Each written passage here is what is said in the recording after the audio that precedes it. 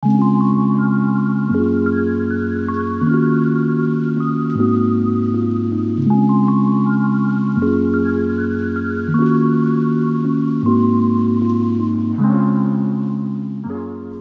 Emauser, kita berjumpa kembali dalam Bincang Perjalanan Emmaus Journey.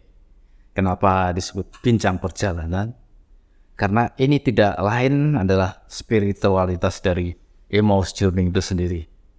Kita belajar dari pengalaman para murid Yesus yang dalam kebimbangan, kegelisahannya, mereka berbincang-bincang tentang kematian Yesus, dan justru di situ Yesus hadir memberikan pencerahan baru, memberikan insight yang baru, semangat baru.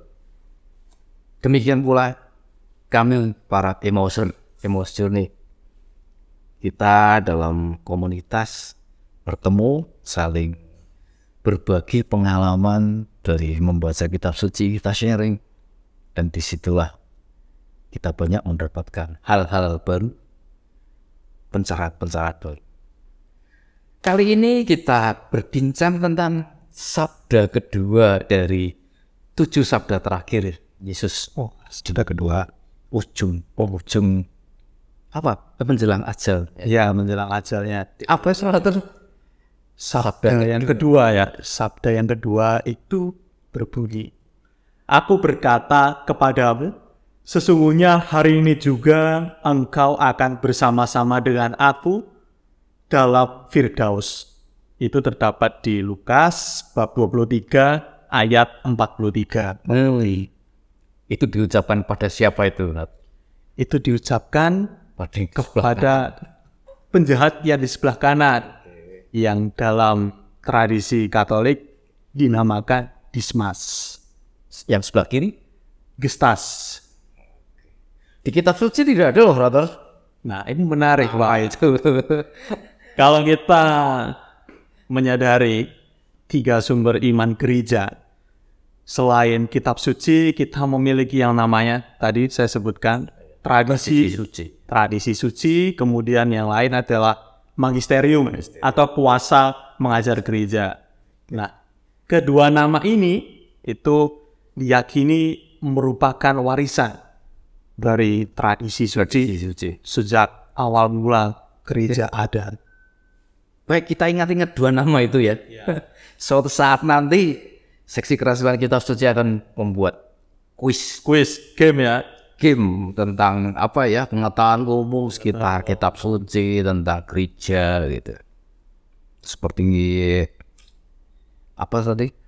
nama-nama 3 orang maju. Oh iya, itu biasanya kita sudah lupa. Sering kali dikatakan atau ditanyakan juga ya kalau pas Natal itu. Memang tidak untuk dihafal sih, tetapi paling enggak kalau kita mengenal nama itu kan artinya kita juga cukup akrab dengan kitab suci kita. Ya, dengan tradisi kita juga cukup akrab menggali pengetahuan umum kita tentang gereja dan tradisi gereja. Iya. Oke, nanti kita bicara tadi tentang Dismas ya. Iya. Dismas itu kan kalau menurut kitab suci kan dia itu penjahat. Iya, kita melihat itu. Sampai akhirnya dia dihukum mati. Artinya selama perjalanan hidup itu penjahat sampai dengan dihukum. Terus di situ dia mengungkapkan itu mau ikut Yesus lah istilahnya. Ya, bertobat. Ya. Nanti kalau kamu sudah mulia, ya ingatlah aku. Iya. Apakah kira-kira seperti itu? Perjalanan pertobatan seseorang, dan itu kita imani bahwa memang seperti itu kita akan diampuni.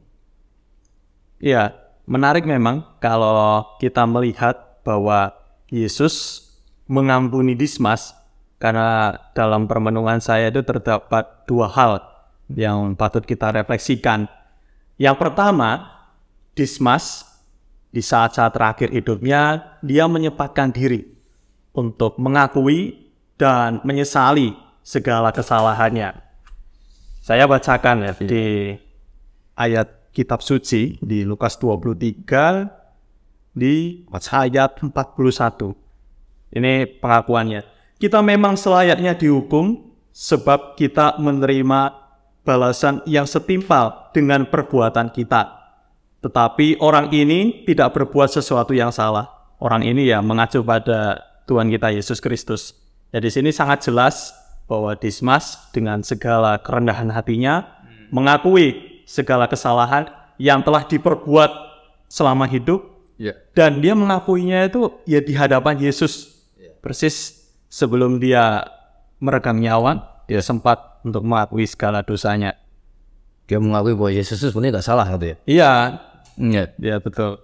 Dan yang kedua, saya refleksikan juga mengapa Dismas diampuni. Dismas diampuni itu karena ketika dia menjelang wafatnya, dia mengakui kemahakuasaan Yesus. Hal ini bisa kita lihat di ayat yang ke-42. Saya bacakan lagi. Yesus, ingatlah akan aku apabila engkau datang sebagai raja. Nah, di sini saya menekankan kata rajanya itu, artinya ya Dismas itu ya mengakui bahwa Tuhan Yesus Kristus akan datang sebagai raja. Yang menariknya justru di situ, Brata. Betul. Dismas itu kan bukan murid Yesus. Jelas. Yang mendengarkan pengajaran Yesus bahwa nanti pada waktunya saya akan datang kembali sebagai raja. Tapi di sini Dismas mengungkapkan kepercayaan seperti itu. Kemahakuasaan atau status rajawi dari Yesus Kristus.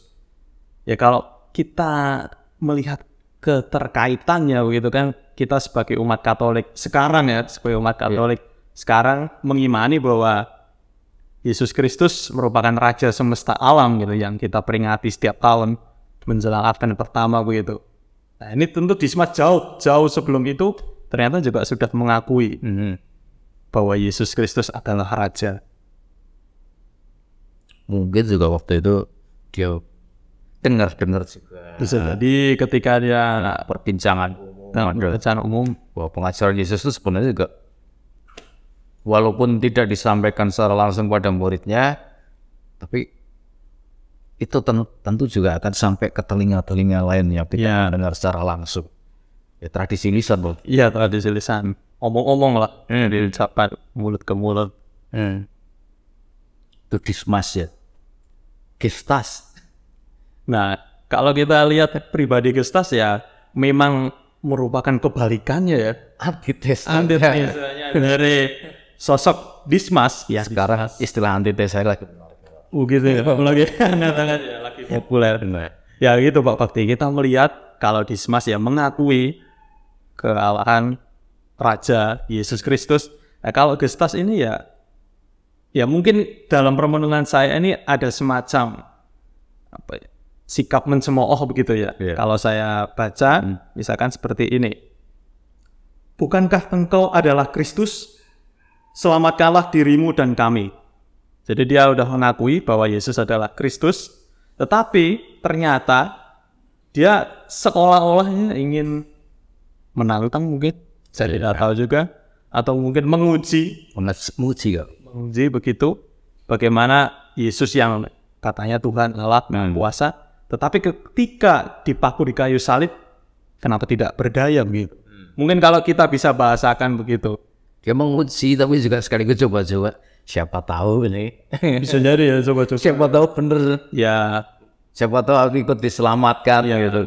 Ada unsur berharap diselamatkan tapi juga ya walaupun memang nih caranya juga tidak tepat gitu. Tapi sebenarnya boleh juga kan kita seperti ini. Kita membaca dari satu perikop, terus kita mencoba menempatkan diri dalam memposisikan itu ya di situ. Kita bisa ya melihat apakah selama ini saya memiliki sikap seperti Dismas yang bertobat, atau mungkin kadang-kadang juga kita mengambil posisi atau sikap seperti Gestas dan juga kadang-kadang menantang dalam tanda kutip menantang Allah gitu. Jadi kita memposisikan seperti seakan-akan kita hidup di dalam kisah itu sendiri. Ya betul, supaya itu juga hiduplah di dalam diri kita. Jadi tadi itu benar-benar ya pertobatannya menjelang akhir. Son of Eliad. Kita bisa saja ya selama hidup berdosa, tapi saya rencanakan nanti kalau saya udah mulai sakit-sakitan saya ikutan seperti Dismas. Tentu Boleh kan? tentu alur logikanya tidak begitu, Pak. Kita tentu juga pesan dari sabda ini bukan berarti kita boleh menunda-nunda pertobatan. Tetapi saya melihat lebih dalam bahwa dari sikap Dismas ini kita diajak menyadari bahwa tidak ada kata terlambat, Pak, untuk bertobat. Pintu pertobatan itu selalu terbuka selagi kita masih hidup, tentu saja. Maka mungkin kalau sebagian dari kita ada yang merasa ragu, kira-kira apakah dosa saya yang seberat ini akan diampuni? Ya, kita bisa melihat bagaimana sikap Dismas, si penjahat itu akhirnya pun dengan kerendahan hatinya mengakui segala dosanya.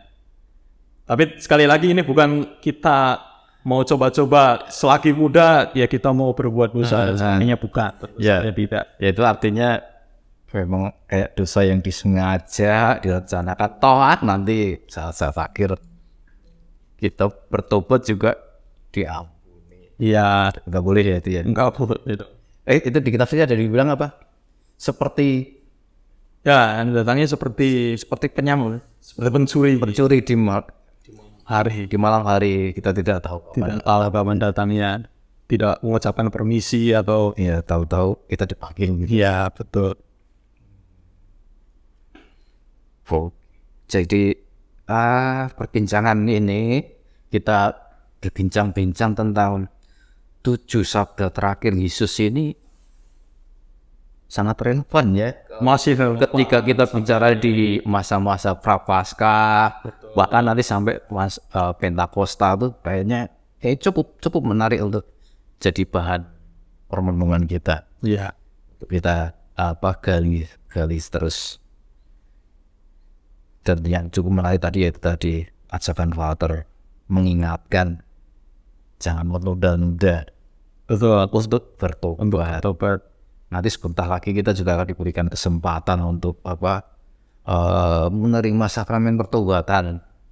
Yang mana di situ kita juga diminta untuk mau bertobat berbalik arah dan mengungkapkan pertobatan kita itu dalam sakramen pertobatan, Sakramen tobat, sakramen pengakuan dosa. ya. Tapi brother, kan bisa saja kita bertobat mengungkapkan penyesalan kita dalam doa sendiri. Tentu saja sebagai umat Katolik ya kita perlu mengimani ya, bagaimana ya pertobatan itu katakanlah menjadi sempurna ketika kita mengaku dosa di hadapan imam. Yang dilihat tentu bukan imamnya Sebagai wakil betul Allah, sebagai wakil Allah yang mengampuni dosa-dosa kita. dan memberikan pengampunan itu dalam sakramen tersebut. Betul, dalam sakramen. Sakramen kan sebagai tanda kehadiran Allah di tengah dunia. Oke brother, jadi kita jangan menunda-nunda lagi. Iya, Pak. Mumpung nanti juga masih diberi kesempatan ada penerimaan sakramen pengakuan tobat, mari kita datang ke gereja pada saat yang sudah dijadwalkan nanti. Kita lakukan penyesalan kita, pertobatan kita ungkapkan di hadapan pastor, imam, dan di situ kita akan menerima anugerah sakramen pengampunan. Baik, terima kasih brother. Terima kasih juga Bapak Ting. Kasih menemani perjalanan yang kedua Ya, bincang-bincang kita. Semoga apa yang kita perbincangkan ini dan kita semua yakin bahwa Yesus pun hadir di sini menuntun kita. amin. Nah, ini semua menjadi buah-buah permenungan kita menjelang Paskah Ya, di masa Prapaskah.